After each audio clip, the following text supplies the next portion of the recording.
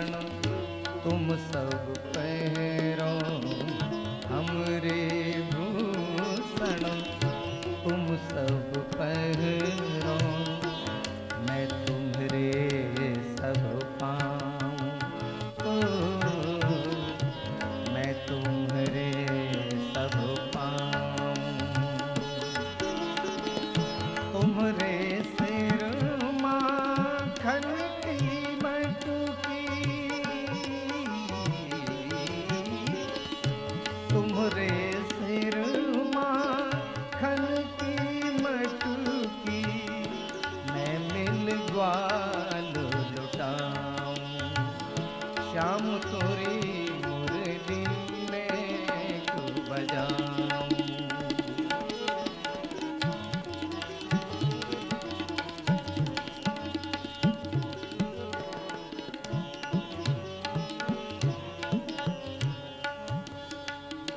तुम दधे बेचन जाओ दावन, तुम दधे बेचन जाओ वृंदावन।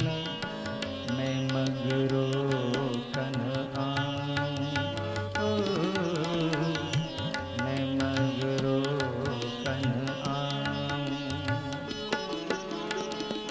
माननी हो कर मान करो तुम, माननी हो कर मान करो तुम। मैं तो है आन मनाऊं। श्याम तोरी मुरली ने क्यों बजाऊं।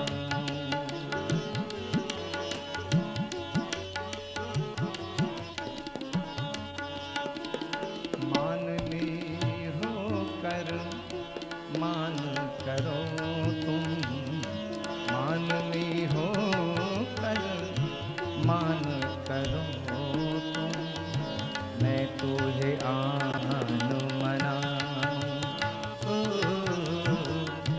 मैं तुझे आन मनाऊं। सूर श्याम तुम बनो राधिका,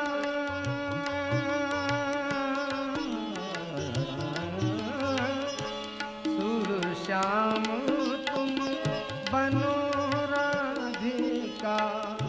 मैं नंदलाल कहाँ, श्याम तोरी मुरली में को बजाऊं।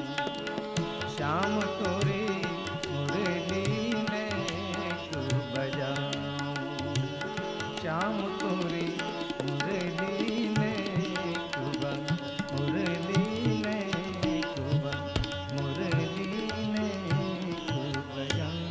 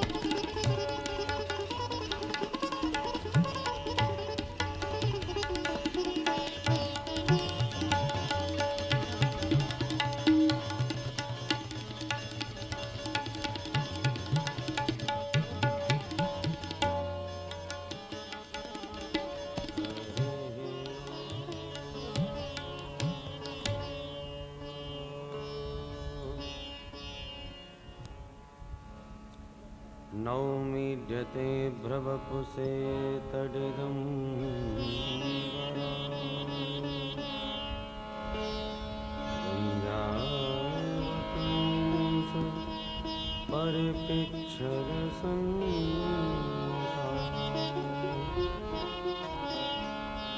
वन्यस्रजे कवलवेत्रविशारदैर्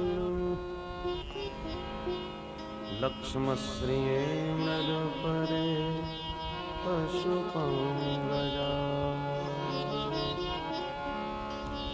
बर्हाकुलं नटवरवपुः कर्णयो कर्णकारं बिभ्रदवासः कनककपिशं वैजयन्तीं च रन्ध्राणवेणोरधरसुधया पूरयन्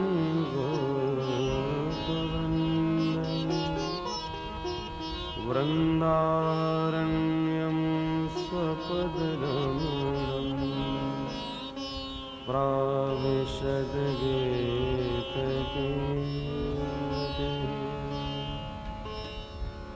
नारायणं नमस्कृत्य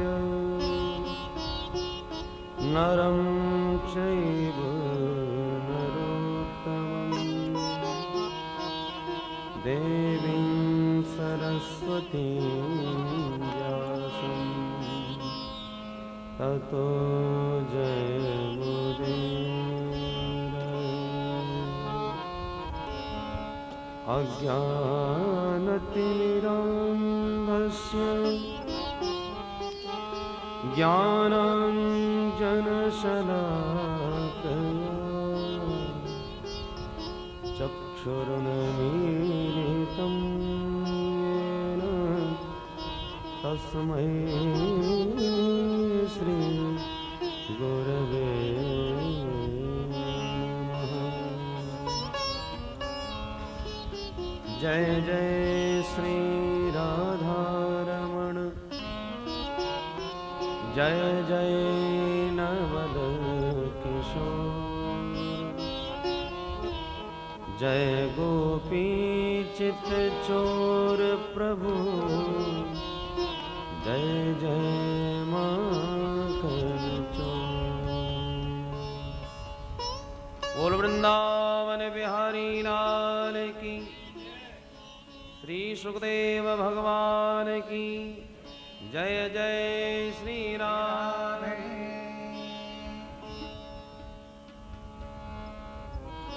मैंने रटना लगाई रे ओ मैंने रटना लगाई रे श्री राधे तेरे नाम की मैंने रटना लगाई रे राधे तेरे नाम की मैंने रटना लगाई रे राधे तेरे नाम की मैंने रटना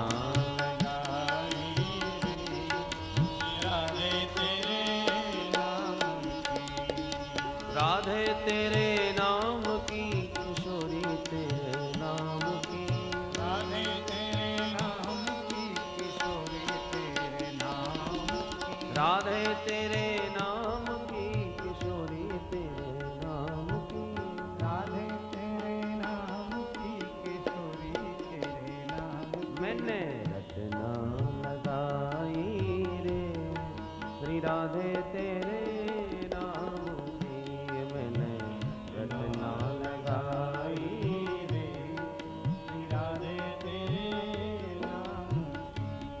मेरी पलकों में राधा मेरी पलकों में राधा मेरी पलकों में राधा मेरी पलकों में राधा मेरी पलकों में राधा मेरी पलकों में राधा मेरी पलकों में राधा मेरी पलकों में राधा मैंने मांग भराई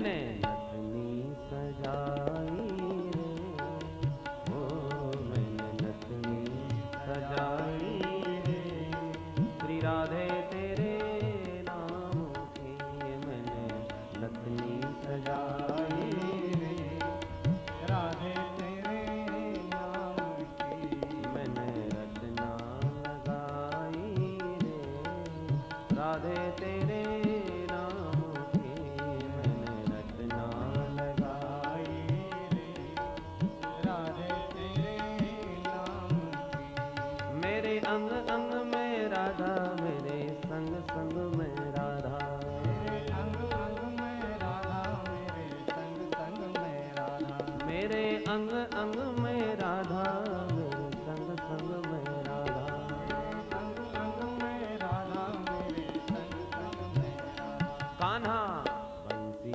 बजाई रे, ओ कान्हा बंसी बजाई रे, श्री राधे तेरे नाम की कान्हा बंसी बजाई रे, राधे तेरे नाम की मैंने रचना लगाई रे, राधे तेरे नाम की मैंने रचना लगाई रे, श्री राधे तेरे नाम की।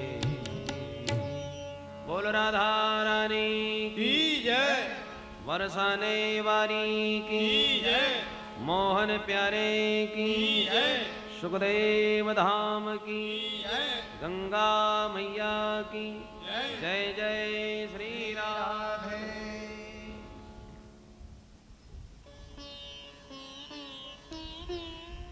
अम्बटुं वामनं दृष्ट्वा मोदमाना महर्षयः कर्माणि कारयामासु पुरस्कृत्य प्रजापतिम्। वामन भगवान का दिव्य प्राकट्य हुआ। इंद्र के छोटे भाई बन के प्रकट भय हैं, इसलिए नाम है दूसरा उपेंद्र। समस्त देवता महात्माओं ने मिलकर यज्ञोपवीत संस्कार संपन्न किया। जब तक द्विजाति का यज्ञोपवीत संस्कार नहीं हो जाता, वह द्विज कहलाने का अधिकारी नहीं होता। द्विज का मतलब दो बार जन्म लेने वाला। द्वाभ्याम जायते इति द्विजः। पक्षियों का भी नाम द्विज है, क्योंकि ये भी दो बार में जन्म लेते हैं। पहले अंडे के रूप में, फिर अंडे से बाहर। इसलिए पक्षियों का भी नाम द्विज है। हमारे दांतों का भी नाम द्विज है, ये भी दो बार जन्म लेते हैं। तो जिसका दो बार जन्म हो उसे द्विज कहते हैं। तो माँ के उदर से तो सभी जन्म लेते हैं, परंतु संस्काराद द्विज उच्यते। जब हमारा यज्ञोपवीत संस्कार होता है तब हमारा दूसरा जन्म माना जाता है। इसलिए यज्ञोपवीत संस्कार होने के बाद ही हम द्विज कहलाने के पात्र बनते हैं, वेदाधिकार प्राप्त होता है। वामन भगवान का सबने धूमधाम से यज्ञोपवीत संस्कार किया। अदिति मैया कौपीन पहनाती हैं, कश्यप जी मेखला पहनाते हैं, बृहस्पति जी गायत्री मंत्र दे करके यज्ञोपवीत पहनाते हैं, ब्रह्मा जी ने कमंडलू, सरस्वती ने रुद्राक्ष की माला, आकाश ने छत्र, भूदेवी ने पादुका, सबने अपने अपने सामर्थ्यानुसार भगवान को पुरस्कार दिया, भेंट दिया। अब वामन भगवान भिक्षा मांगने लगे, तो भगवती माँ भवानी ने भिक्षा प्रदान की। जब यज्ञोपवीत विधि विधान से होता है तो बालक ब्रह्मचारी बन के भिक्षा मांगता है। वामन भगवान को जो भिक्षा मिली वो गुरुदेव को प्रदान करी। बृहस्पति जी बोले, ब्रह्मचारी जी इतनी भिक्षा से काम नहीं चलेगा हमारा। तो गुरुदेव और क्या चाहिए? बोले, भोले मत बनो, हम जानते हैं कि तुम कौन हो, इसलिए तुम हमें तीनों लोकों का राज्य भिक्षा में ला करके दो, त्रैलोक्य संपत्ति। गुरुदेव किससे मांगू, कौन देगा मुझे? बोले चले जाओ नर्मदा नदी के तट पर राजा बलि यज्ञ कर रहे हैं जो त्रैलोक के अधिपति हैं। अच्छा महाराज, जो आज्ञा। वामन भगवान चल पड़े। नर्मदा पार करके जैसे पहुंचे, भृगुवंशी ब्राह्मणों के मध्य महाराज बलि का यज्ञ चल रहा है। 100वां यज्ञ, शतक्रतु होने ही वाले हैं। जैसे ही ब्रह्मचारी बने भगवान वामन देव ने प्रवेश किया, यज्ञशाला में बैठे बलि की दृष्टि दूर से आते हुए वामन भगवान पर पड़ी।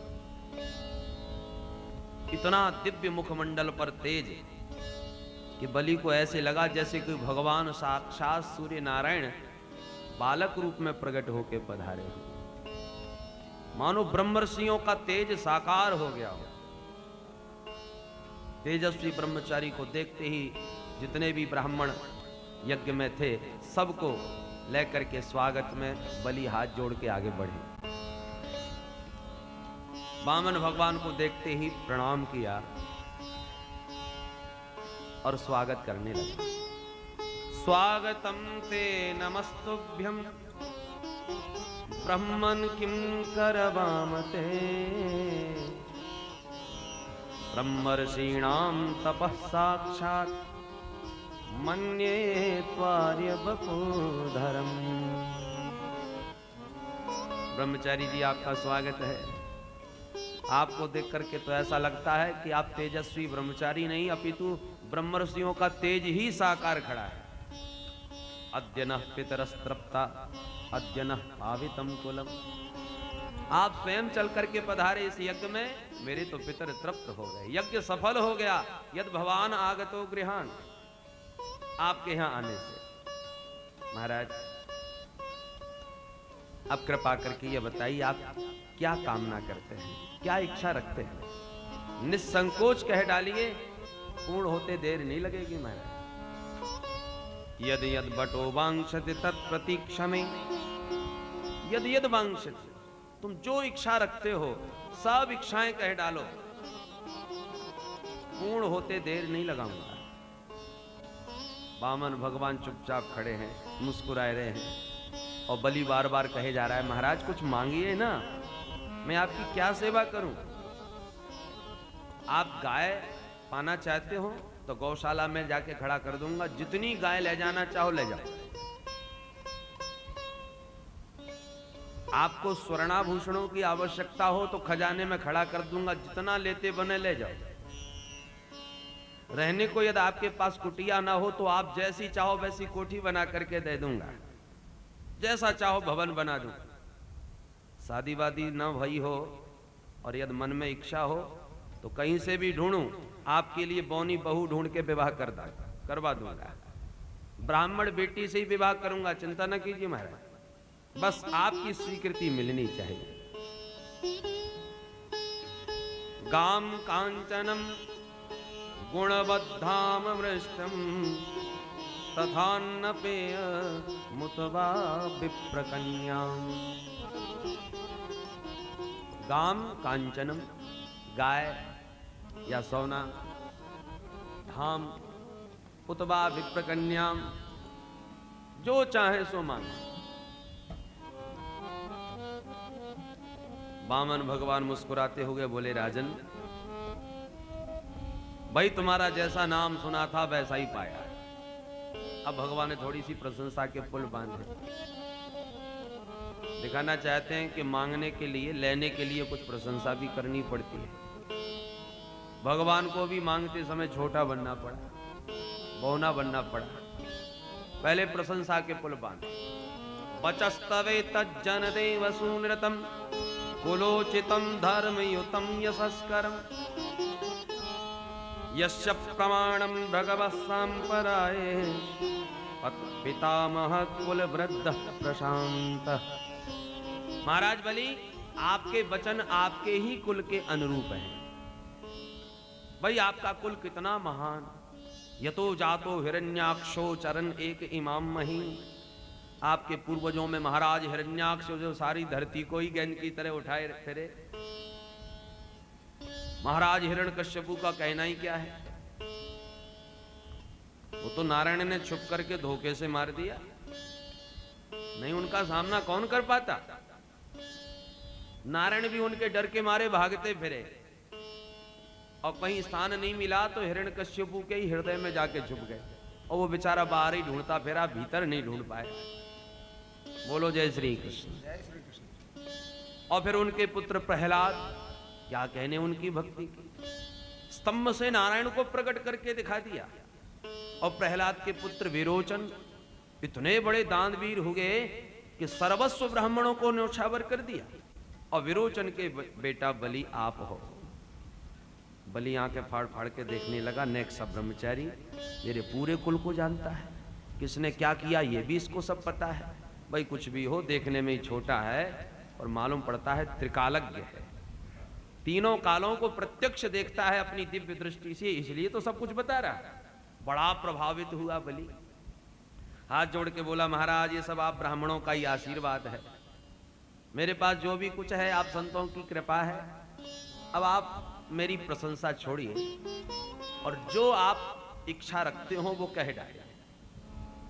भगवान बोले वैसे हमारे मन में तो कोई इच्छा नहीं थी, केवल हम तो आपका दर्शन करने आए थे। हमने जब सुना कि आप बड़े ब्राह्मण्य हैं, ब्राह्मण भक्त हैं, मैंने सोचा भाई ऐसे ब्राह्मण भक्त का तो दर्शन करना चाहिए, बस चला आया। बलि ने कहा क्षमा करें महाराज, इतना तो मैं समझता हूं, कोई भी ब्राह्मण बिना मतलब के कभी किसी के घर नहीं जाता। क्षमा करें महाराज, कुछ तो आपके मन में जरूर होगा, संकोच कर रहे हैं मांगने में आप। वामन भगवान बोले भाई वैसे तो इच्छा नहीं थी, पर हम समझ गए कि तुम दिए बिना मानोगे नहीं, इसलिए ज्यादा नहीं। पदानी त्रीण दैत्येन्द्र सम्मतानि पदा मम। हम कभी कभी भजन करने कहीं बैठ जाते हैं चलते फिरते, तो बहुत से लोग धक्का मार के भगा देते हैं, हे बाबा आज भजन करने बैठा है, कल कब्जा करके बैठ जाएगा, भरोसा नहीं। इसीलिए धक्का खा के परेशान हो गया। मैंने सोचा अब तुम दे ही रहे हो तो 3 चरण भूमि ही दे दो, तो कम से कम अपनी जगह में बैठ के भजन करेंगे, निश्चिंत होके, कोई धक्का तो नहीं मारेगा।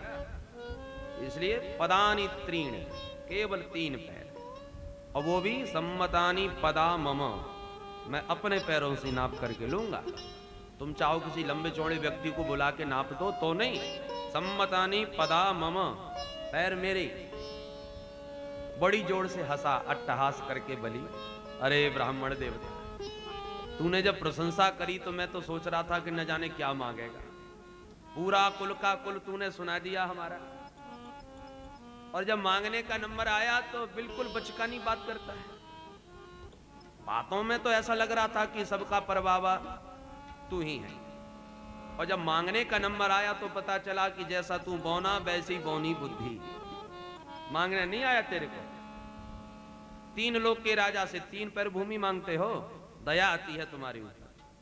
अहो ब्राह्मण दायाद बाचस्ते वृद्ध सम्मता, त्वं बालो बालिशमती, स्वार्थम प्रत्यबुधो यथा।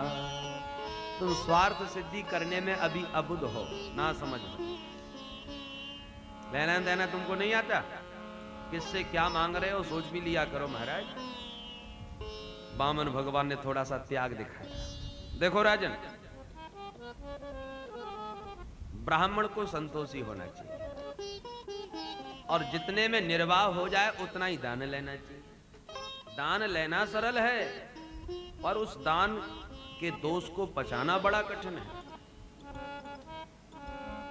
यदृक्षयोपपन्नेन संतुष्टो वर्तते सुखम, जितना मिल जाए उसमें जो संतुष्ट रहता है सच्चा सुखी वही है। और जिनकी इंद्रियां बस में नहीं है, जिनकी कामनाएं इच्छाएं अनंत हो चुकी हैं, उनको तुम त्रिलोकी का राजा भी बना के बैठा दोगे फिर भी उनकी तृप्ति नहीं होने वाली। यदृक्षा लाभ तुष्टस्य तेजो विप्रस्य वर्धते, जो मिल जाए उसी में जो प्रसन्न रह करके निर्वाह करता है, ऐसे ब्राह्मण का ब्रह्म तेज बढ़ता है, वह तेजस्वी बनता है। तेजो विप्रस्य वर्धते, और असंतुष्ट ब्राह्मण का पतन हो जाता है। इसलिए हम तो बड़े संतोषी ब्राह्मण हैं, जितनी आवश्यकता अनुभव हुई उतना मांग लिया, ज्यादा लगे हमको कोई राज्य थोड़ी करना है। इसलिए एतावतैव शुद्धोहम वित्तम यावत प्रयोजनम, मैंने जो आवश्यक समझा वो मांग लिया, इससे ज्यादा हम कुछ नहीं ले सकते। बलि बड़े आश्चर्य में पड़ गया, बहुत ब्राह्मण देखे पर इतना संतोषी आज तक नहीं मिला। इन शब्दों को सुनकर के शुक्राचार्य जी के भी कान खड़े हो गए जो बगल में बैठे थे। मैंने भी बहुत ब्राह्मण देखे, पर ये ब्राह्मण नया ही नया मालूम पड़ता है, कहां से आया पहले पता ठिकाना नहीं इसका, और फिर ये झगड़ा हम पहली बार देख रहे हैं। यजमान कह रहा है महाराज नाक कट जाएगी इतना दान दूंगा तो, और ब्राह्मण कहता है इतने से ज्यादा मैं ले ही नहीं सकता। ये कैसा विचित्र झगड़ा, इतना संतोषी ब्राह्मण मुझे भी नहीं मिला आज तक। ये ब्राह्मण आकर आया कहां से है ये तो देखो। शुक्राचार्य जी को संदेह हुआ, नेत्र बंद करके ध्यान लगाया। वामन भगवान बोले सुनो राजन, यदि देना चाहते हो तो शीघ्र संकल्प कर डालो। बलि ने कहा महाराज अब 3 चरण भूमि के लिए क्या संकल्प करवाते हो, मैंने आपको वचन दिया जहां इच्छा पड़े नाप लो, क्या संकल्प करूं। यदि हाथ में जल लिया संकल्प आप पढ़ेंगे, लोग पूछेंगे क्या कर रहे हैं, हम कहेंगे भूमि दान, कितना, तो कहते समय नाक कटेगी महाराज के 3 चरण भूमि दे रहा हूं, आखिर के मेरी भी तो कोई प्रतिभा है, प्रतिष्ठा है। वामन भगवान बोले सुनो राजन, थोड़ा हो या ज्यादा नियम तो नियम होता है, यदि आपको दान देना है तो संकल्प करना। अच्छा महाराज नहीं मानते तो ठीक है, जैसे आप संतुष्ट, संकल्प कर देता हूं। जल पात्र उठाने को उद्यत हुए और इतने क्षणों के बीच शुक्राचार्य जी सब कुछ जान गए। एक क्षण में नेत्र बंद करते ही जान गए। दौड़ के तुरंत महाराज बलि का हाथ पकड़ा, महाराज सावधान। गुरुदेव क्या हो गया? बोले राजन पता है ये बौना कौन है? कौन है गुरुदेव? बोले वो ही नंबर 1 का बहरूपिया।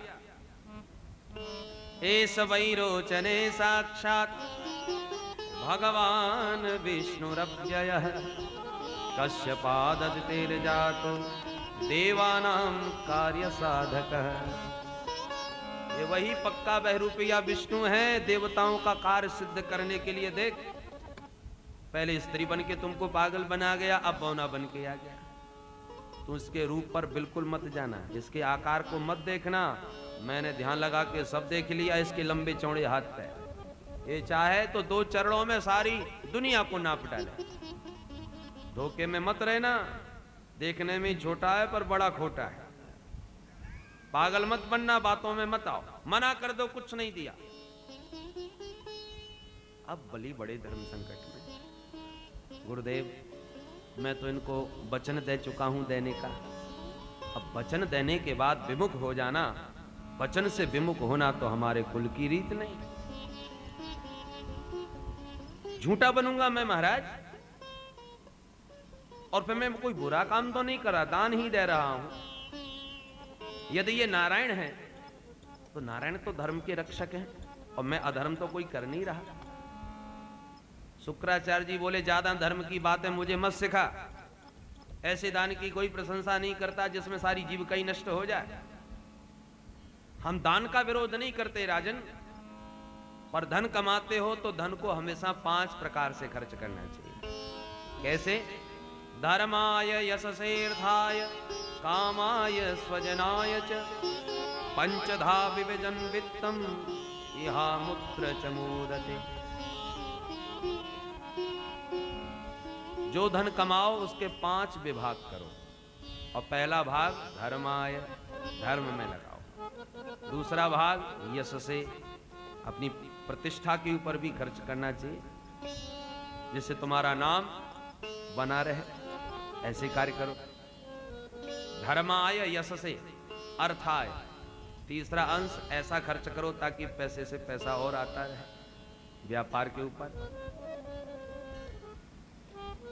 चौथा अंश काम आया, उसका उपभोग भी करो, अपने ऊपर खर्च करो, कमाते ही मत रहो, अपनी सुख सुविधाओं पर खर्च करो। और 5वां अंश अपने सगे संबंधियों पर भी खर्च करो, अन्यथा वो भी विरोधी हो जाएंगे। स्वजनाय च, सगे रिश्तेदारों के ऊपर भी कुछ खर्च करना चाहिए। पंचधा विभजन वित्तम, जो अपने धन को 5 प्रकार से विभाजित करके खर्च करते हैं, इहा मूत्र च मोदते, वो इस लोक में भी प्रतिष्ठा पाते हैं और परलोक भी उनका बन जाता है, लोक परलोक दोनों सुदृढ़ हो जाते हैं। बलि ने कहा गुरुदेव वो तो सब ठीक है, परंतु मेरे वचन का क्या होगा, मैं झूठा कैसे बन जाऊं, मैं तो कह चुका हूं दैनिक को।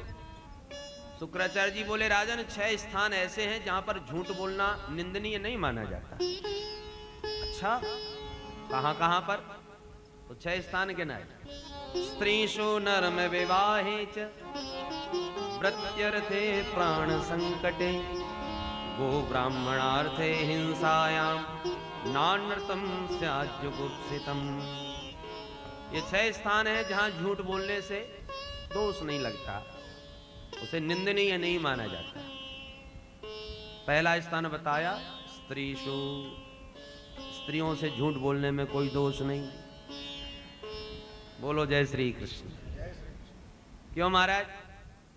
बोले देवियों का स्वभाव है कहीं घूमने फिरने जाएं, शादी विवाह में जाएं, कथा भागवत में जाएं, और न जाने इनको कब कौन सी वस्तु पसंद आ जाए।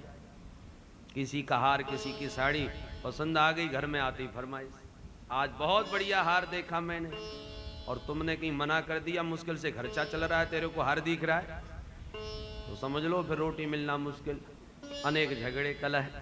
इसलिए उस समय यही कहो कि चिंता मत करो, पैसा आने दो, वेतन मिलेगा, सबसे पहले हार ही घर में आए।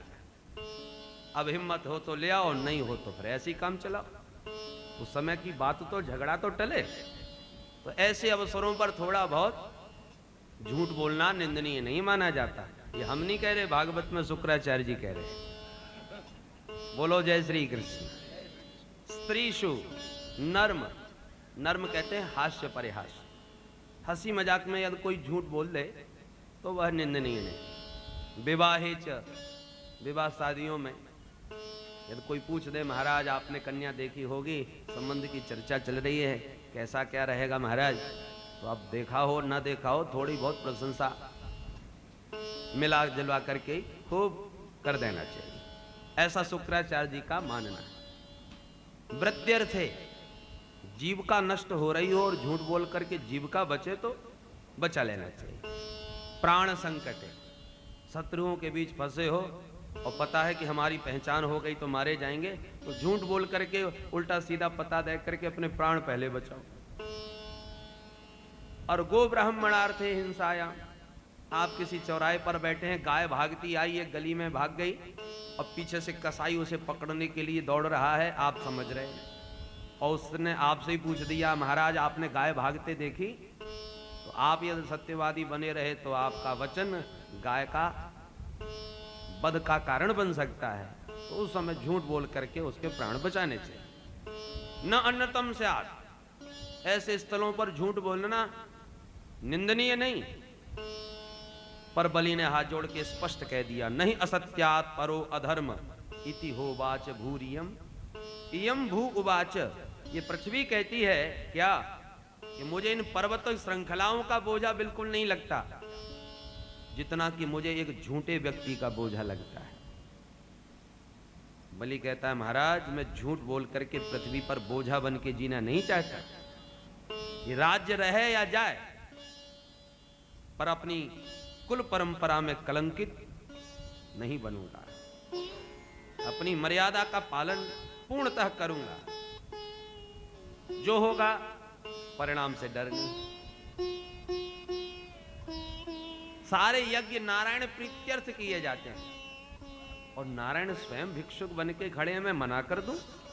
अरे गुरुदेव ये तो मेरे लिए बड़े गौरव की बात होगी, जो दाता एक राम भिखारी सारी दुनिया, सारी दुनिया का देने वाला जगत दाता मेरा भिखारी बना दरवाजे पे खड़ा है, मैं उसे दूंगा, इससे बड़ा गौरव और क्या होगा महाराज। शुक्राचार्य जी अब बिगड़ गए। दृढ़म पंडित मानिज्ञ, तू अपने आप को पंडित समझने लगा है, हमसे बहस करता है, गुरु आज्ञा की अवहेलना करता है। मूर्ख जा मैं शाप देता हूं, अचरात भ्रश्यते श्रेयः, तू अत्यंत शीघ्र श्रीहीन हो जाएगा, पदच्युत हो जाएगा। शाप दे दिया और क्रोध में तिल मिलाते गुरुजी चले गए। तुझे दिखाए सोकर बामन भगवान बोल पड़े, भैया ये गुरु चेला क्यों झगड़ा कर रहे हो? देना हो तो दो, नहीं हम अपनी रास्ता नापते हैं। हम पहले ही मना कर रहे थे कुछ नहीं चाहिए, भाई तुमने जबरदस्ती कहा मांगो मांगो इसलिए मांग लिया, और न देना हो तो मना करो। बलि ने कहा नहीं महाराज आप तो अपना काम कीजिए, हम तो गुरु चेला में खटपट होती रहती है। तो ठीक है लीजिए हाथ में जल। तुरंत जल पात्र उठाया बलि ने। पुराणांतर ऐसा प्रसंग आता है कि शुक्राचार्य जी को लगा कहीं पानी हाथ में बलि के आया तो सारा करे धरे पर पानी ही फिर जाएगा। मैंने कितनी मेहनत से इसको 99 यज्ञ पूरे करवाए, बस अंतिम बचा है और इसमें सब गड़बड़ किए देता है। सो सूक्ष्म रूप बना करके पात्र के जिस छिद्र से जल निकलने वाला था उसी छिद्र में बैठ गए। मैं पानी की बूंद भी नहीं निकलने दूंगा, संकल्प होगा कैसे? अब बलि बार बार पात्र को इधर उधर करता है, पानी ना निकले। वामन भगवान बोले क्या हो गया? बोले समझ में नहीं आता महाराज, इसमें जल की बूंद ही नहीं निकल रही। वामन भगवान तो सब समझ गए, मुस्कुरा के बोले राजन पुराना बर्तन है ना, रखा रखा जंग खा गया होगा, लाओ हमको दो हम ठीक कर देते हैं। और तुरंत प्रभु ने एक पैनी कुशा निकाली। शुक्राचार्य जी छिद्र को रोके बाहर झांक रहे थे, देखें क्या हो रहा है। और बाहर से जो भगवान ने कुशा फेंक के मारी सो शुक्राचार्य जी की एक आंख गोविंदाय नमो नमः। अब शुक्राचार्य जी चिल्लाते भागे निकले, हे भगवान कोई दे रहा है कोई ले रहा है, मैंने अपनी आंख बेमतलब में फोड़ी। वामन भगवान बोले आप जैसों को यही दंड मिलना चाहिए। ऐसे लोगों की कमी नहीं जो दूसरों को देता हुआ देख करके ही दुखी हो जाता है। आंख ही क्यों फोड़ी? मानो प्रभु कहना चाहते हैं ये दो नेत्र हैं, ज्ञान और वैराग्य के स्वरूप हैं। ज्ञान विराग नयन उरुगारी, तो एक ज्ञान दूसरा वैराग्य। तो भगवान बोले शुक्राचार्य जी बाबा की एक आंख तो बड़ी पैनी है, वो कौन सी? बोले ज्ञान की। कितनी सूक्ष्म दृष्टि है ज्ञान की कि हम इतने छुप करके छोटे बन के आए फिर भी बाबा की आंख से छुप ना पाए। तो जो नारायण को पहचान ले वो दृष्टि निश्चित प्रशंसनीय है। तो ज्ञान चक्षु की प्रशंसा करी भगवान ने। और भगवान बोले बाबा ये दूसरी जो आंख है वैराग्य की, ये कमजोर है। जिसकी संपत्ति है, जो संपत्ति का मालिक है वो देने को तैयार है, और तुम व्यर्थ में विघ्न डाल रहे हो। नारायण को पहचान करके भी उदारता का परिचय दे रहा है बलि, और तुम विघ्न डालते हो। इसलिए तुम्हारे वैराग्य के नेत्र में मोह का मोतिया बिंद चढ़ा हुआ है। इसलिए भगवान कहते हैं लाओ हम ही ऑपरेशन कर देते हैं। इसलिए वैराग्य चक्षु को मानो प्रभु ने व्यवस्थित किया हो, ठीक किया हो। शुक्राचार्य जी निकल भागे, हाथ में जल आया, संकल्प प्रभु ने पूर्ण किया और बोले राजन अब करो प्रणाम, हम ना अपना प्रारंभ करते हैं। और ज्यों ही बलि ने प्रणाम किया, वामन भगवान ने तत्क्षण विराट रूप प्रकट कर दिया। बोल विराट भगवान की जय। सहस्त्र शीर्षा पुरखा सहस्त्राक्ष, जो विराट भगवान का वेदों में वर्णन है वही दिव्य रूप प्रकट हुआ। उस समय जामवंत जी, ऋक्षराज जामवंत उस समय नवयुवक थे। उन्होंने प्रभु का विराट रूप देखा तो जोश में आकर के तुरंत महाराज दुंदुभी बजाते हुए, घोषणा करते हुए भगवान की वायुगत मनोगत मन की गति की भांत वेग से दौड़ करके परिक्रमा लगाई वामन भगवान की। जामवान ऋक्षराजस्तु भैरी शब्दैर मनोजवः विजयम दीक्षु सरवासु महोत्सवम घोषयत्। मन की गति की भांति तीव्र दौड़ते हुए जामवंती जी ने विजय की दुंदुभी बजाई और भगवान की परिक्रमा लगाई। वामन भगवान बोले राजन देखो अब हम नाप रहे हैं, एक चरण में नीचे के लोग, दूसरे चरण में ऊपर के लोग, और 2 चरणों में ही सारा ब्रह्मांड नाप डाला है। राजन वचन तुमने 3 चरण भूमि का दिया था, अभी तो केवल 2 ही चरण हुए, बताओ तीसरा चरण कहां रखूं? अब बलि हक्के बक्के खड़े देख रहे हैं, संसार में कोई स्थान ही रिक्त नहीं रहा, तो अब क्या स्थान बताएं? वामन भगवान ने तुरंत गरुड़ को प्रकट करके आदेश दिया, जाओ बंदी बना लो इसको। बड़ा भारी दानी बन रहा था। एक बात याद रखो बलि, एक बार जो संकल्प करने के बाद दान पूर्ण नहीं करता, वचन का निर्वाह नहीं करता, वो घोर नरकगामी होता है। अब या तो वचन पूर्ण करो या नरक में जाने को तैयार हो जाओ। तुरंत प्रकट होकर के जैसी बंदी बनाने को गरुड़ आगे बढ़े, जितने भी दानव थे वो क्रुद्ध हो गए, वामन भगवान को मारने के लिए दौड़ पड़े। ते सर्वे वामनम हंतुम शूलपट्य सपाणया। जैसे मारने को दानव दौड़े, तुरंत बलि ने घोषणा कर दी, सावधान हे विप्रचित्ते, हे राहो, हे नेमे श्रूयताम वचा। मेरी बात सब सावधान होकर के सुनो। मां युध्यत निवर्धत्वम ननः कालो यमर्थकृत। ये हमारे लिए अनुकूल समय नहीं है। गुरुदेव हमसे रुष्ट होकर के चले गए हैं, प्रतिकूल हमारा समय है, युद्ध करेंगे तो मरेंगे, इसलिए सब अपने अपने स्थान पर शांत रहो। आदेश मिलते ही सबने अपने आप को शांत कर लिया और वरुण पाश में बांध दिया गरुड़ ने बलि को। भगवान बार बार डांटे जा रहे हैं, राजन बताओ क्या चाहते हो, वचन पूरा करोगे या नरक में गिरोगे? बलि ने कहा, महाराज बहुत सुन ली आपकी, अब एक हमारी भी सुन ली, कहो क्या कहना चाहते हो। भगवान से बहस करने वाले 3 भक्त हुए, काली, बाली, बलि। तो बलि की कथा आप सुन ही रहे हैं, बाली की कथा रामायण में आप सुनते हैं, और काली की कथा आप काली दह के प्रसंग में सुनेंगे।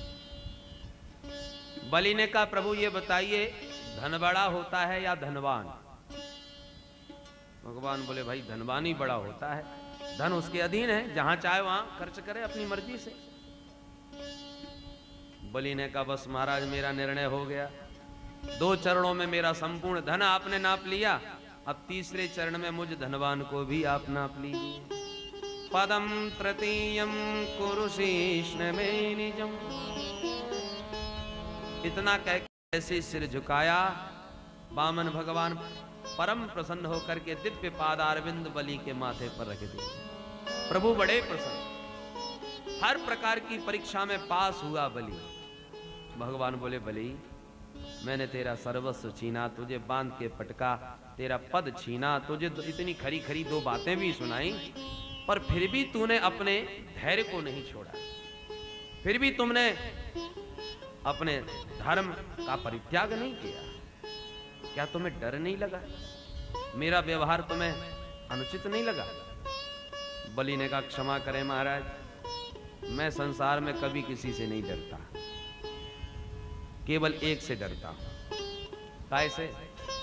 बिभेमिनाहं निर्यात पदच्युतो न पाशबंधात् व्यसनात् दुरत्ययात् नैवार्तकृच्छ्राद् भवतो विनिग्रहात् असाधुवादात् प्रसमुज्ज्वते यथा।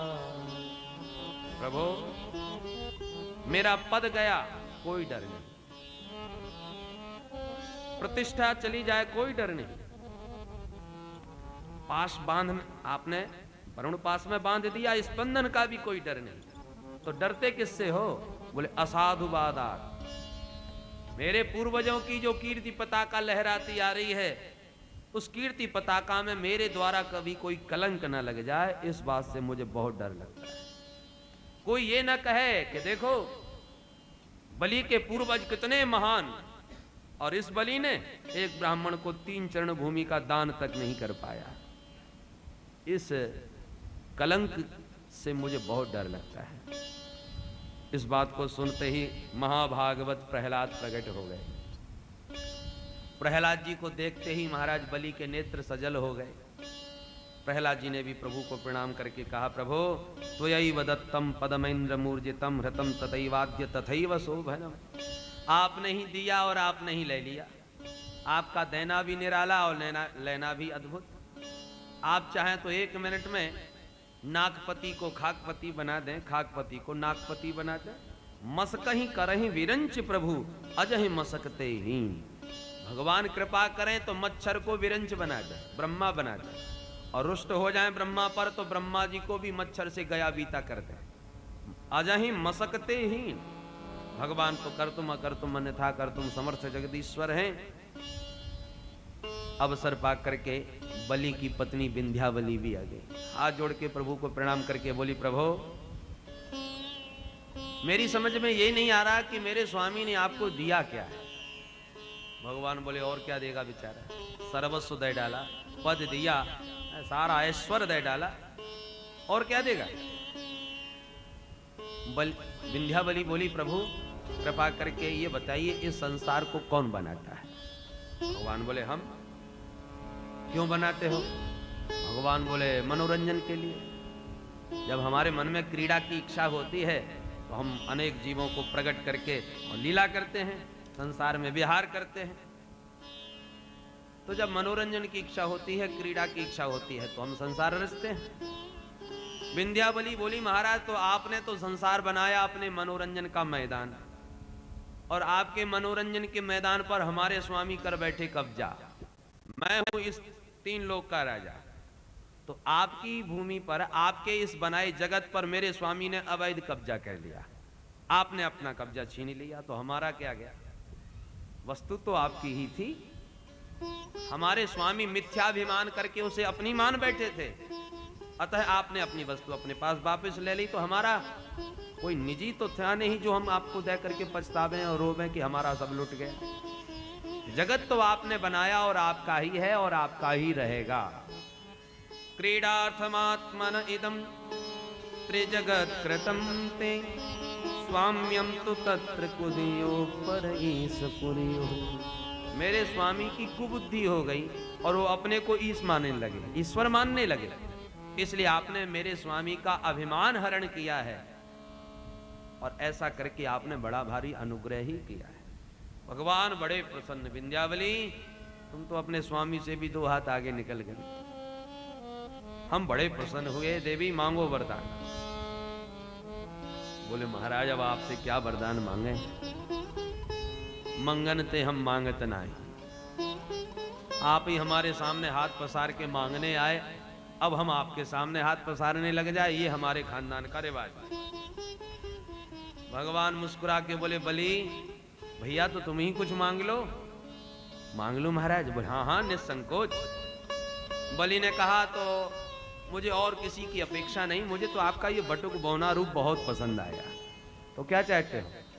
बोले, यही चाहता हूं महाराज, जब तक ये जीवन है आपके बस इसी रूप को ऐसे ही निहारता रहो। भगवान बोले, वाह भैया, तेरे सामने ऐसे ही खड़े रहे। बलि ने कहा, महाराज जो मन की थी वो कह दी, अब आप जानो। तो भगवान बड़े प्रसन्न होकर के बोले, बलि हम सचमुच तुमसे बहुत प्रसन्न हैं। ब्रह्मा जी प्रकट होकर के बोले, सरकार एक बात मैं कहूं। कहो। बोले, जो आज आप व्यवहार कर रहे हैं, ऐसा व्यवहार आज से पहले मैंने कभी देखा नहीं, और ये व्यवहार मेरे गले उतर नहीं रहा। क्यों। बोले, सरकार जो आपको प्रेम से एक तुलसी दल भी चढ़ा देता है, आप उसे सर्वस्व दे डालते हो, और जो बेचारा अपना सर्वस्व आपको दे डाला, उसे आपने बांध के पटक दिया। इसका क्या मतलब है, ये आपका कैसा व्यवहार। भगवान मुस्कुरा के बोले, ब्रह्मा जी ब्रह्मन यमन गृहणामि तद विशो विधनोम्य हम। मैं जिस पर अनुग्रह करता हूं उसका अहंकार जरूर तोड़ता हूं। धन का मद है तो धन छीन लूं, पद का मद है तो पद छीन लूं। वो जिस वस्तु का अभिमान करता है, मैं वही वस्तु उससे छीन लेता हूं, तब उसका अहंकार टूटता है। जब अहंकार टूटता है, चोट लगती है, संतों की शरण में आता है, महाराज बर्बाद हो गया। पद गया, धन गया, प्रतिष्ठा गई, तो संतों के पास ही भागता है, और संत फिर उसको मेरे चरण कमलों में लगा देते हैं। अब छोड़ो, ये तो सब जाने वाला है, शाश्वत भगवान के चरण कमलों की उपासना करो। ये मेरा स्वभाव है अपनी ओर खींचने का। 10वें स्कंद में भगवान कहते हैं, यस्याह मनुगृह्णामि हरिष्ये तद्धनम सनैहि ततो धनम त्यजन्तस्य स्वजना दुख दुखितम। मैं जिस पर अनुग्रह करता हूं उस पर घाटा पटकता हूं। जब बहुत घाटा होता है तो सगे संबंधियों के पास आता है, महाराज बहुत नुकसान हो गया, कुछ सहायता करो। तो भगवान कहते हैं जिसके पास सहायता मांगने जाएगा उसी से अपमानित कराता हूं। अंत में वो बेबस होकर के संतों के पास आएगा ही, और संत उसे मेरे पास भेज देते हैं। अपनी ओर खींचने का ये मेरा तरीका है। पर इसका मतलब ये भी ना समझिए कि भगवान उसे जिस पर कृपा करें वो घाटा ही घाटा है। अंतर है क्या? बोले यदि धन विघ्न डालेगा तो भगवान धन छीन लेंगे। पद पाकर के यदि पद का अभिमान तुम्हें ग्रसेगा तो भगवान पद छीन लेंगे। और यदि धन और पद आपके साधन में विघ्न नहीं डालते तो फिर भगवान और दे डालेंगे। चक्रवर्ती सम्राट महाराज अम्बरीश भी तो परम वैष्णव थे। सप्तद्वीप वसुंधरा के अधिपति होकर के भी परम वैष्णव, परम भक्त, अष्टयाम सेवा करने वाले। तो यदि साधना में विघ्न बनता है धन तो भगवान छीनते हैं। और जन्म कर्म भयो रूप विद्यैश्वर्य धनाजुगी। भगवान कहते हैं श्रेष्ठ कुल में जन्म है, श्रेष्ठ कर्म कर रहा है, सुंदर अवस्था है, रूप है, विद्या है, ऐश्वर्य है, धन है, ये सारी वस्तुएं व्यक्ति को घोर अभिमानी बना देती हैं। परंतु यद्यस्य न भवे स्तंभ, यदि इन वस्तुओं को पाकर के भी उसमें अभिमान नहीं दिख रहा तो तत्रायम मदनुग्रह, तो समझ लो उस व्यक्ति पर मेरी बहुत बड़ी कृपा है। मेरी कृपा से ही व्यक्ति बच सकता है, अन्यथा ये वस्तुएं व्यक्ति को अहंकारी बना ही देती हैं। भगवान बोले बलि तू मेरी हर परीक्षा में पास होगा, इसलिए तुमने जो मांगा है मैं तुम्हें वचन देता हूं। मैं तुमसे इंद्रासन छीनने आया था, पर अब मैं तुम्हें इंद्रासन का अधिकार प्रदान करता हूं। आगामी अष्टम मनवंतर के तुम ही इंद्र बनोगे, और जब तक तुम्हें इंद्र पदवी प्राप्त नहीं होगी तब तक सुतर लोक के राजा बन के राज्य करो। मैं स्वयं तुम्हारा पहरेदार बना इसी रूप में खड़ा रहूंगा। आते जाते सर्वदा तुम मेरे इस रूप का दर्शन करोगे। रक्षिष्ये सर्वतो हम त्वाम सानुगम सपरिच्छदम सदा सन्निहितम वीर तत्र माम रक्षते भवान। तुम हमेशा मेरा दर्शन करोगे और मैं तुम्हारी इसी रूप में पहरेदार बन के रक्षा करूंगा। प्रहलाद जी के तो आनंद का पारावार नहीं रहा, खुशी में नाचने लगे। जय हो प्रभु। जहां ब्रह्मादिक देवता दरवाजे पर खड़े प्रतीक्षा करते हैं कि कब मौका मिले, कब दर्शन प्राप्त हो नारायण के, और वो भगवान जगदीश्वर नारायण हमारे दरवाजे के द्वारपाल बने होंगे। हम दानवों का कितना बड़ा गौरव आपने बढ़ा दिया। नैवं विरिंचो लभते प्रसादम न श्री न सर्वः किमुता परेते यन्नो सुराणाम असि दुर्गपालो विश्वाभिवंद्यैरपि वंदितांघ्रि।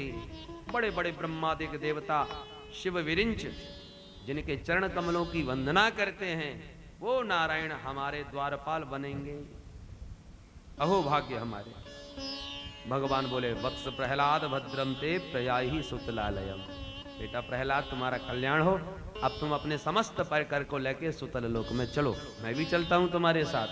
शुक्राचार्य जी ने देखे अरे राम राम ये तो सब एक हो गए, हम ही बुरे बन गए सबके। चिला से खटपट हुई, उधर भगवान का विरोध किया, कहीं के नहीं रहे हम तो। शुक्राचार्य जी ने तुरंत भगवान के चरण पकड़ लिए। सरकार भगवान प्रसन्न होकर बोले गुरुदेव आपने वही किया जिसमें शिष्य का हित दिखा। आप सच्चे पुरोहित हो। पुरोहित वही है जो अपने यजमान का आगे आगे सर्वदा हित चिंतन करे। अब यज्ञ में कोई कार्य अवशिष्ट रहा हो तो उसे भी पूरा कर लीजिए, सांगोपांग विधि से यज्ञ संपन्न हो जावे। हाथ जोड़ के शुक्राचार्य जी बोले महाराज प्रत्येक यज्ञ में कहीं ना कहीं कोई ना कोई त्रुटि तो रह ही जाती है, कहीं मंत्र की, कहीं वस्तुओं की, परंतु एक बार यदि आपका नाम पुकार लिया जाए तो सारे वो यज्ञ की त्रुटियां समाप्त हो जाती हैं। और जहां भगवान श्री हरि स्वयं प्रकट होकर पधारे हो उस यज्ञ में भला अब क्या कमी रह गई होगी। मंत्रतस्तंत्रतश्छिद्रम देश कालार्ह वस्तुतः सर्वम करोति निश्छिद्रम नाम संकीर्तनम तव। कितनी भी सावधानी से अनुष्ठान करो, कोई ना कोई कमी तो रहती ही है। इसलिए नाम संकीर्तन अनुष्ठान के अंत में अवश्य करना चाहिए, ताकि वो त्रुटियां दूर हो जाएं। इसलिए प्रभु अब क्या त्रुटि रह जाएगी। इस प्रकार से भगवान जो उपेंद्र बन के प्रकट भय थे, इंद्र के भाई, वो आज द्वारपालक बन गए दानवों के। सुतल लोक में पहरेदार बन के खड़े हो गए। नारद जी को बड़ा कौतूहल लगा, दौड़े दौड़े भगवती माँ लक्ष्मी के पास आए। माता जी प्रणाम। कहो नारद जी, बड़े प्रसन्न मालूम पड़ते हो, क्या खबर लाए हो? नारद जी बोले, माता जी आपके लिए माला झोली लाया हूं, बैठ के खूब भजन करो। क्या हो गया? बोले, होना क्या था, आपने झगड़ा किया होगा स्वामी जी से, उन्होंने विदेश में जाके नौकरी ढूंढी, वो अब नहीं आने वाले वैकुंठ।